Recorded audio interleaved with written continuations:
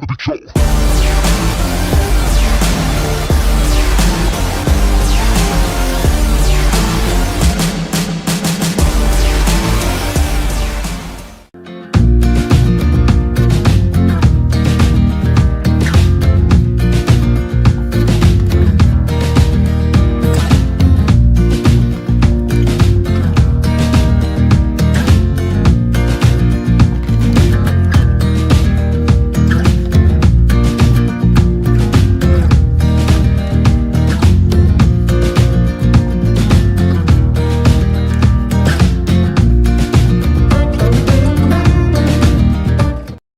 Hey, how you doing, everybody? I'm the Dr. Bob Lee from 107.5 WPLS and the Make the Grade Foundation for Education. You're watching Rude Rangers TV.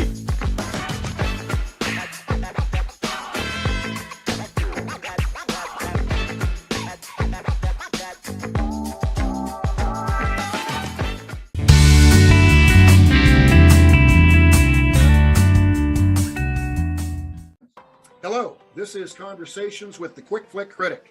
I'm your host, John Smithstad. Each week, I introduce you to a wide range of remarkably creative and inherently interesting people representing a broad spectrum spanning the world of entertainment.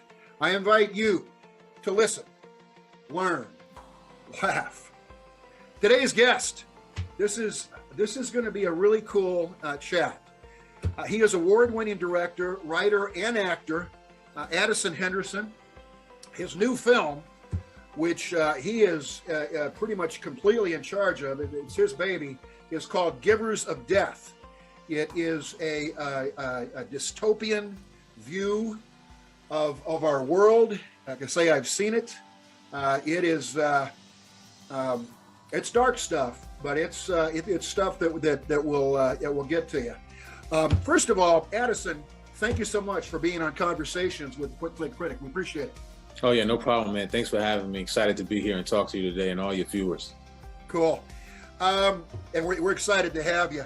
We are going to talk about Givers of Death, your new film, obviously, and have you share some thoughts on that. I want to go into your background. You and I were talking before we started recording here. This is a pretty remarkable story that comprises the life thus far of Addison Henderson. We'll start, I guess, from the beginning. You grew up in Newark, New Jersey. Is this accurate?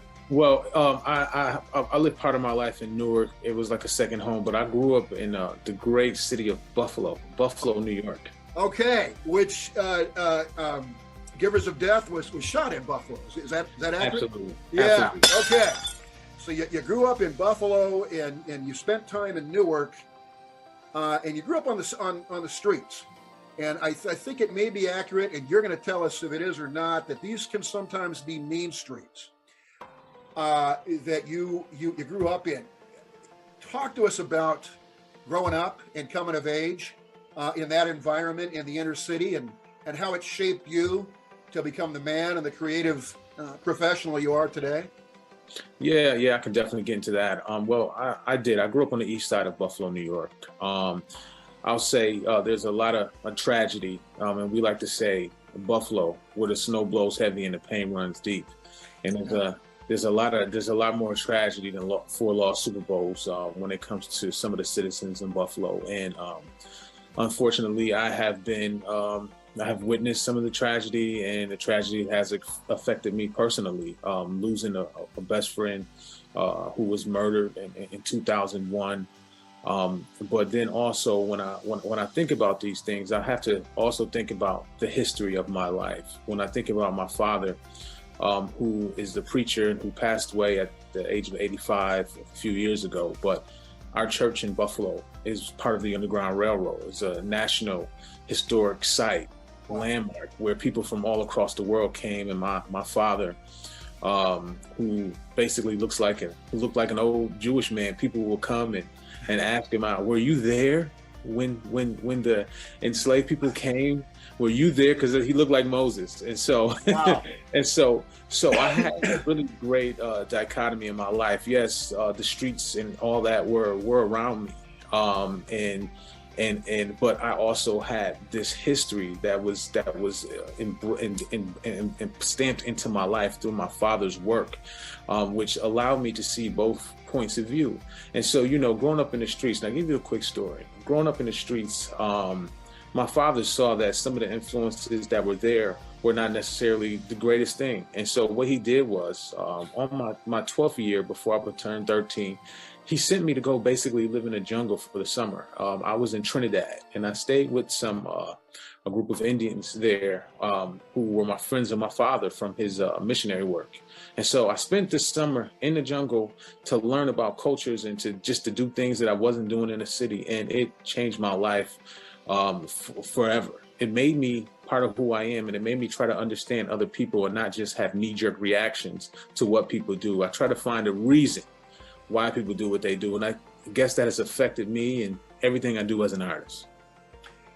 Wow, that's it's interesting. It's also very impressive. That's particularly for a kid to go that far into where you went is remarkable. It's not even an appropriate word to use, Addison. That's really cool that was a part of your has been a part of your experience. You went on to college. You went on to attend Alfred State College on a football scholarship. Yes. You talk about that. What position did you play? And then also we'll pair that up with when you're in college at Alfred State. You maintained a passion for the creative arts. So you were involved in two completely different areas, really, football and the creative arts in college. Talk about that experience in your life. Yeah, had a great coach, Mick Keba, who was the head coach over at Alfred State, brought me in. I played running back, and you know, it was a great experience. But due to injuries and everything, my dreams of NFL and pro football were shuttered. Oh, man. but during that time, you know, I was writing. And I was dreaming and I was thinking, and you know, look, I used to ask people, I was like, man, I think when I'm done here, I'm going to go off and really try to hone my creative skills and all that. And had a lot of doubters say, oh man, what are you doing? What are you thinking? I was like, oh, and I used to have visions of myself making movies and everything and everything like that. And so, you know, I leave college, the injuries, my best friend is tragically lost. And then I said to myself, you know what? Life is short. We don't know what is around the corner, so I better live it all up. So I had $130 in my pocket, had a car that I bought for nothing. And then I had family that was borderline New York City, Newark, New Jersey, basically. So I went and I couch surfed on my family's houses and apartments while I was going to acting school in New York City at HB Studios, acting and directing school. And so I said, you know what? I have to live my life to the fullest. And I said, there's no better time than now. I was young, and I was like, let's do it. Packed it up, listened to music along the way, got me through the drive. And next thing you know, I was in Newark, New Jersey, and I was in New York doing my thing. Yeah. I almost don't even know what to ask next. Wow, that's you went for it, man. Yeah, man. Your friends told you were tripping. You said, well, I might be, but I got to do it. And it's working out pretty well for you, I would say, Addison. You worked along the way. You've come across some really special and remarkable people. You interned with Eric LaSalle's Humble Journey Films. People may know Eric LaSalle from a bunch of things, most notably notably ER on television with George Clooney and that group. And you expanded your creativity as an artist. What was that like working with the Humble Journey Films group? And tell us about working with Eric LaSalle as well, Addison. If you yeah, I'm still in touch with Eric LaSalle today. He's a friend of the family. You know, just really got to know him and see his work ethic and the people that were working with him. And what I would do is I would go in and I would read a script and I would give script coverage on the script. And I would sit around with them as they talked about the coverage, but then also other employees would give coverage and they would talk about incoming projects or movies that were just released. And things of that nature. And so I really got to see how a film company is ran from somebody that is very successful. And at that time, Eric LaSalle had signed a big deal for he had did a big deal for ER and got paid a lot of money. And then he was like, all right, I'm gonna go off and do other things that I'm passionate about. And so Humble Journey Film was one of his things. And, you know, he had a deal with a studio, and I was able to go in there and learn. And it really helped me on the business side to understand what it takes to run a film company, what it takes to have continued success and longevity in this business. Yeah, and it's really cool when people who quote unquote made it give back, understand that they were where other people were trying to make it once, and it matters to them. Yeah, absolutely. To be a partner in helping them be the best they can be. You want to made a documentary. It's an award-winning doc called The Forgotten City, which is described as the product of all the stories and images you absorbed while growing up in the inner city. What was the inspiration? Obviously, the inspiration was your background, but how did you decide? I'd like to document my experience in this project of mine, The Forgotten City. You know, growing up in a place like Buffalo, which a city that I love, during the winter months it gets really cold, and sometimes you're holding the house, and you know it's a strange thing to grow up in that cold. It can really you know, get your creative juices going if you're willing to go there, right? Yeah. But you know, growing up in inner city, you saw, especially in Buffalo during that time, there was a stark difference between the haves and the have-nots. And we really wanted to delve into that. What is the mind state behind everything that's going on? Why are people doing the things that they do? And me and my co-producer, Corey Green, we said, you know, we have to talk about the story of our childhood, which Corey Green, his childhood friend was actually the killer of my best friend, the one that was murdered. And so we came together, and you talk about giving back. Not only did we want to make a movie, we wanted to show people that there's hope out there, that people that have differences can come together and to do something to inspire a city. And so we did that movie, and it ended up turning out really well. We had no budget. I cut together a trailer, and I came back home from LA, and I was working on this film. I was staying with my parents in this little room, and I had a computer, and I cut together a trailer. The next thing you know, the whole city of Buffalo was behind us. We raised about $60,000. We were able to finish our movie, go on and win some awards. But not only that, we really started a film movement in our city. And now Buffalo was a burgeoning, you know, place on the East Coast where you can go and film.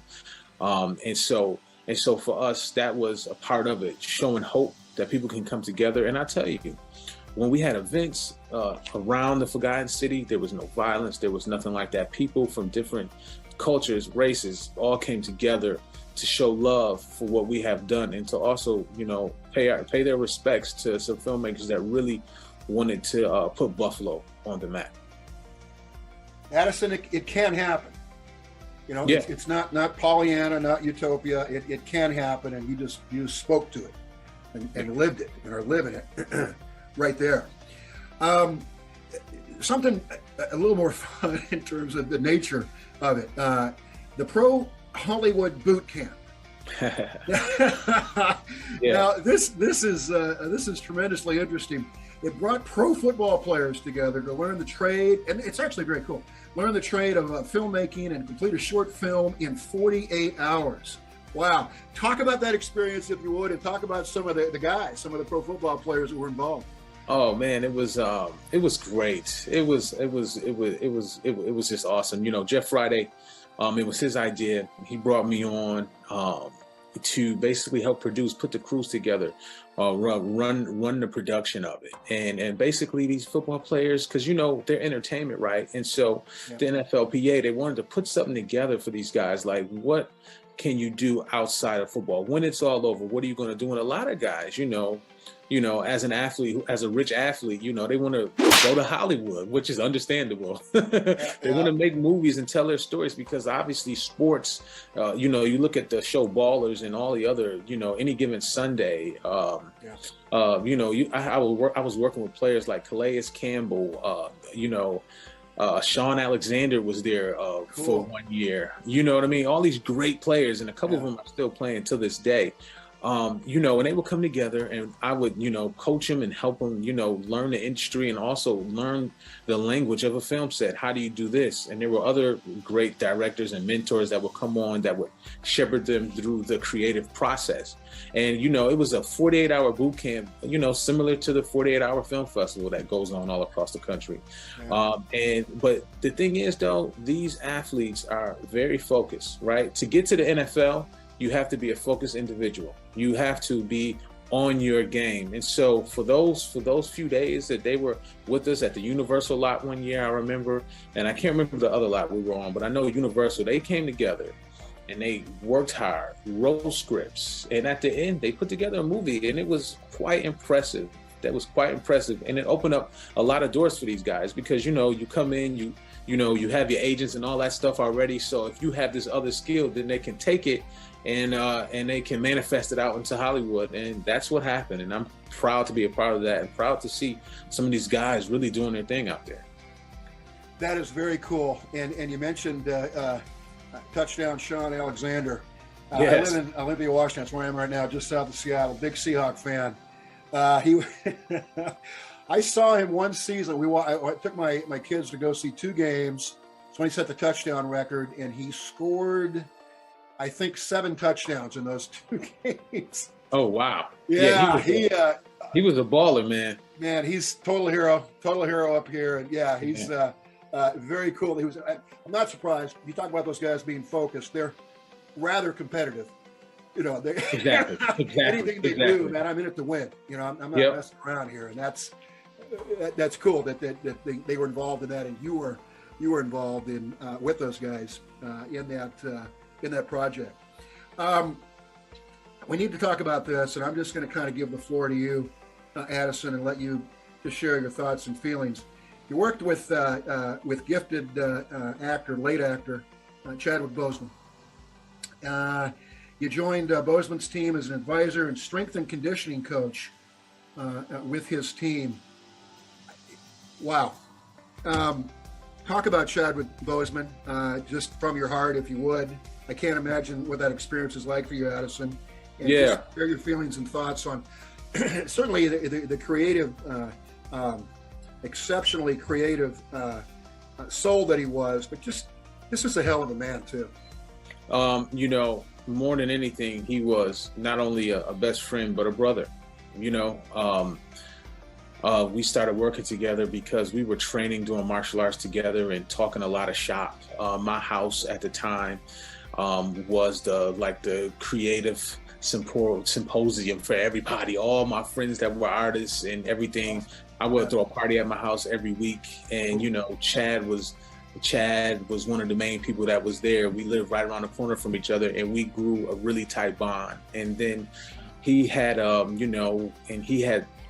became Black Panther, and he said, Addison, you know, we've been training and working together, and you understand me as an artist, and, you know, why don't you come on and play this role on my team for a while and make some more connections and do your thing, and, you know, we'll support each other in our goals. And so we had a tremendous run together, and, you know, honestly speaking, it was the greatest time of my life up until this point because, you know, we got to see so many things, experience so many great artistic feats on a really grand scale. And I got to see how the inner workings of a big studio really worked from an independent filmmaker's perspective, right?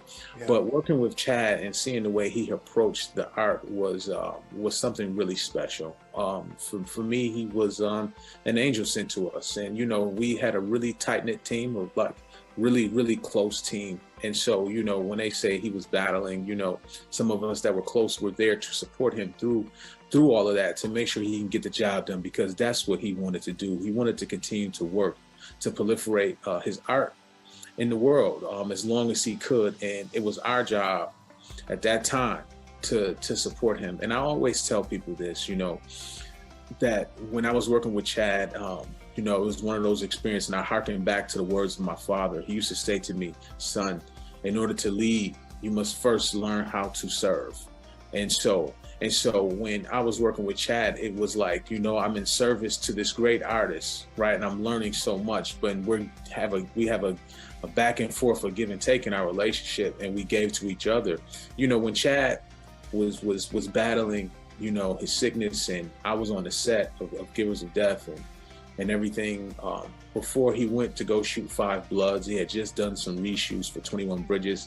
And I know he was sick. You know, he came to Buffalo for days just to sit with me and to watch and to help as much as possible while I was filming Givers of Death. You know, and for a friend, a brother, to be battling that, to then come and to sit and to just be there, to be a good friend and be a support agent, was truly remarkable. And you know, as somebody that was really connected to him, you wonder, you know, why sometimes life seems unfair. And I'll tell you, I was going through the Holland Tunnel when I saw the new trailer for Black Panther, and it shook me to tears, you know. And you know, and I just thank the universe and whoever's watching, the grand creator, whoever it is, for you know, allowing you know, me to have such a journey on my own, but then to have those 7 years that we were together, you know, working together, be so remarkable. And I'm truly thankful to have been a part of such an amazing life during that time. Well, that's echoed by people who knew him and worked with him and were his friends and obviously his family. We lost Chadwick Boseman at 43. Good gosh almighty, but clearly his spirit lives on in you, Addison. I think that's fair to say. Absolutely. You know, I think that, you know, I was just telling Chad's producing partner the other day, and also one of my best friends ever, Logan Coles, I was saying, like, now everything that I do in terms of artistic wise, I think about Chad and the decisions I make, and how he would make decisions and how he would go about doing things to get to what would seem like a right decision. And so I think about that now in everything that I do. And you know, and his life lives within me and his family, you know, his wife, Logan, all of us. And he just put a light in us, man. And that's just what it is. Wow. That's really moving and very, very special. Obviously, is the word that comes to mind. Thanks for sharing that, Addison. Yeah. Very much. We need to talk about your new film, your new project, and that is Givers of Death. The acronym is GOD. I've seen the film. It is definitely a dystopian vision that you have here of the world, based in Buffalo, as we talked about, shot in Buffalo. What was the inspiration for the film? Now, again, you are the writer, the director, and the star of the movie. This is your baby. Where did that idea come from for the movie, and how did it kind of trace us along the path of how it came to be, you know, a film that's now available for us to see as an audience? Yeah, well, I'll tell you, I was going through a hard run in life at that time emotionally. I was going through a divorce. You know, my dad was sick. You know, Chad was sick, and I was in a mental wasteland. Good gosh, man. And so I was sitting, and I was like, well, I know I'm going to go off and do a movie. And I started thinking about what it would be, and I said, well, what if there was I remember I was sitting with Chad, and we were watching Jaws in the park, and then we went to go grab go to a local bar, and I said, man, I had this idea, and I said, what if there was a virus that came and it was wiping out people, and it was so bad that people called it basically a basic hitman to come and to end it for them. Yeah. And he was like, whoa, that's interesting, but how does this happen? How do you do that? And I said, I don't know, I still got to figure it out. And so while we were working on 21 Bridges, I started developing an idea even more. And I'd be sitting on set just writing and typing and bop, bop, bop, bop, bop, bop, bop. And next thing you know, by the end of the shoot, I had a script. Wow. Went for the holidays and said, all right, it's time for me to shoot. Time for me to shoot this movie, this seemingly dark movie, but this is a guy searching for some redemption, some hope to get back to his family, who was on the other side. And there was something called a wind phone. There was a tsunami in Japan, and on a hill on this guy's property, there was a phone booth.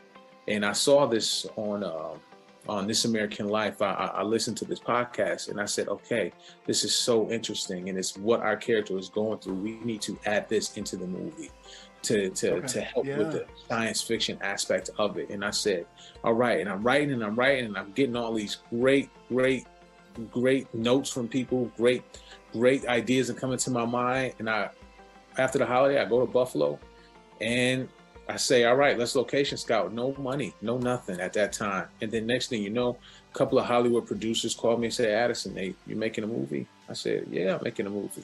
How much money you need? I said, all of it. I need all the money to make this movie. I don't have any money yet, but we're going to make the movie come hella high water.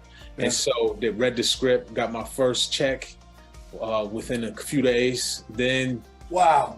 And then Joe Wilson, who's the showrunner of Equalizer, who's a friend of my friend of mine, he said, hey, send me the script. I'm going to send it to Lagra Lane, who is a part of an executive produced group. They won an Oscar for a documentary they did about, I forget the name of it, about the Russian doping scandal. That's on Netflix now. Yeah. They read the script and they were like, oh, okay, we're all in. Let's give them the money. And next thing you know, I'm in production.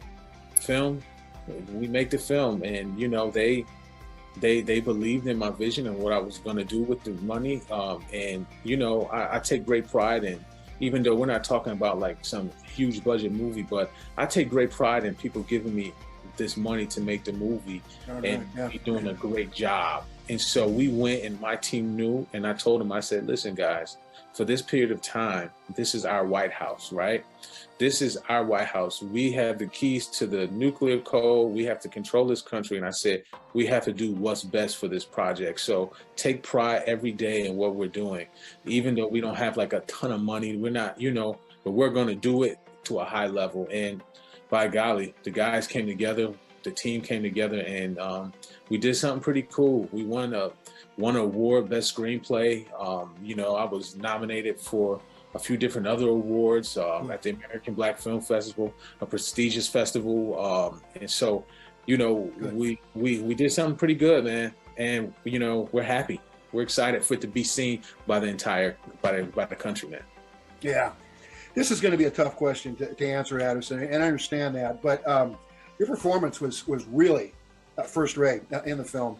And you also wrote it and directed it. If you had to choose one, it might be hard, because you're a guy who's so creative that you want to just be involved in every aspect of the project. Would you want to create, be a writer and direct what's going on in the film, or act? What's your personal high there? Okay, so I'll tell you a quick little story, real quick. Just take 2 seconds. I was at dinner. Floor's yours. I was at dinner with the film commission. They came out here to Buffalo, the Buffalo Film Commission. They came out here. They're great friends of mine, and so we're at dinner, and they brought a Netflix executive to the dinner. Wow! And they said the guy at Netflix, he was like, so Addison, like overall, where do you see yourself? And I said, I said, you really want the answer? You really want the answer now? I know when I say things, that I have a very high standard in where I see myself. I said, I want to be like Clint Eastwood. I said, I want to be Clint Eastwood. I said, that's what I. Why not, man? I said, that's where my dreams align. That. And so when you talk about what do I want to do, I want to do what he does. I want to direct and act in my movies continuously until I'm old, and that's where it is. And I can't really choose. If I had to choose to leave out one, it would probably be the writing. So it'd be like the directing and acting in it, and and doing that. But I wrote my next film already, so I guess I'm going to be doing all of that. As my dad would say, it's in you. Yep. Most of us don't have what you have, and you seem like a humble individual as well. But you have a gift that most of us just frankly don't have, and you're making the most of it all across the board, all across the spectrum. That's very cool. Where can people see? Now we're recording this interview in July. I think next month, Givers of Death becomes available to watch widely. Is it the normal platforms that they can go to and scope the movie out? Kind of give us an idea of where we can. Yeah, so Givers of Death will be released in select theaters across the country on August 5th. Buffalo, Chicago, Detroit. We'll be doing something in LA too. Wow. So it'll be available August 5th, as well as on demand, Apple, Amazon, all those streaming sites where you can purchase a movie. It'll be there day and date. So we're excited to get it out, and we're going to have some great Q&As and events surrounding the film, so people can just see my face and get to know me a little bit. So when they see me again, they'll be like, "Oh, that's that guy from that other movie about the virus. Oh, we need to check him out." And so, that's what you want. Yep, exactly. So we're excited that everybody's going to be able to catch this movie on August 5th and enjoy it and take something from it. A lot went into it, a lot of thought, a lot of things. So we're happy to get it out finally. Cool. Folks, go to your favorite stream platform, search Givers of Death, GOD is the acronym, Addison, Henderson, and you will be able to watch the film. And by the time this interview airs, it's available. If you haven't already seen it, check it out. Want to help promote another project you got coming up, and this is a web series. It's described as a mind-bending web series, Mind Shadows. The show invented from Henderson's years of watching The Twilight Zone. This is interesting. I want you to talk about that as your inspiration. We know that Jordan Peele tried a reboot of the Twilight Zone on network television. It didn't go, and there are probably a lot of reasons for that. You know specifically more than we do about what goes on behind the scenes. What is your series Mind Shadows, and how is it kind of an homage to Rod Serling and The Twilight Zone? Well, John, I'll tell you, Mind Shadows is something that came birthed through me, because obviously we all love The Twilight Zone, most of us, and I like telling interesting stories that are one-offs, so not to get stuck into a repetition type of a thing. And that's something that I birthed a while ago. But John, what I'm going to talk about really quick is something that is coming next, and that's in the spring. That is Blythe. It's a psychological thriller, and it's basically I can't really tell you exactly what it's about. I got to keep it under wraps. But it's basically it's made in the mold of Alfred Hitchcockian type of a thing. There you go. That's what we're shooting in the spring, and it's called Blythe. And I feel in my heart of hearts that this is going to be a massive, massive hit, and it's going to really explode across the country and hopefully the world. And so right now we're in the preparatory stages of getting that going for springtime again in Buffalo, New York, because I shoot all my movies in Buffalo, because not only do I love my city, but I work with a lot of youth. I work with a lot of schools there to give people opportunities that may not have them. Awesome.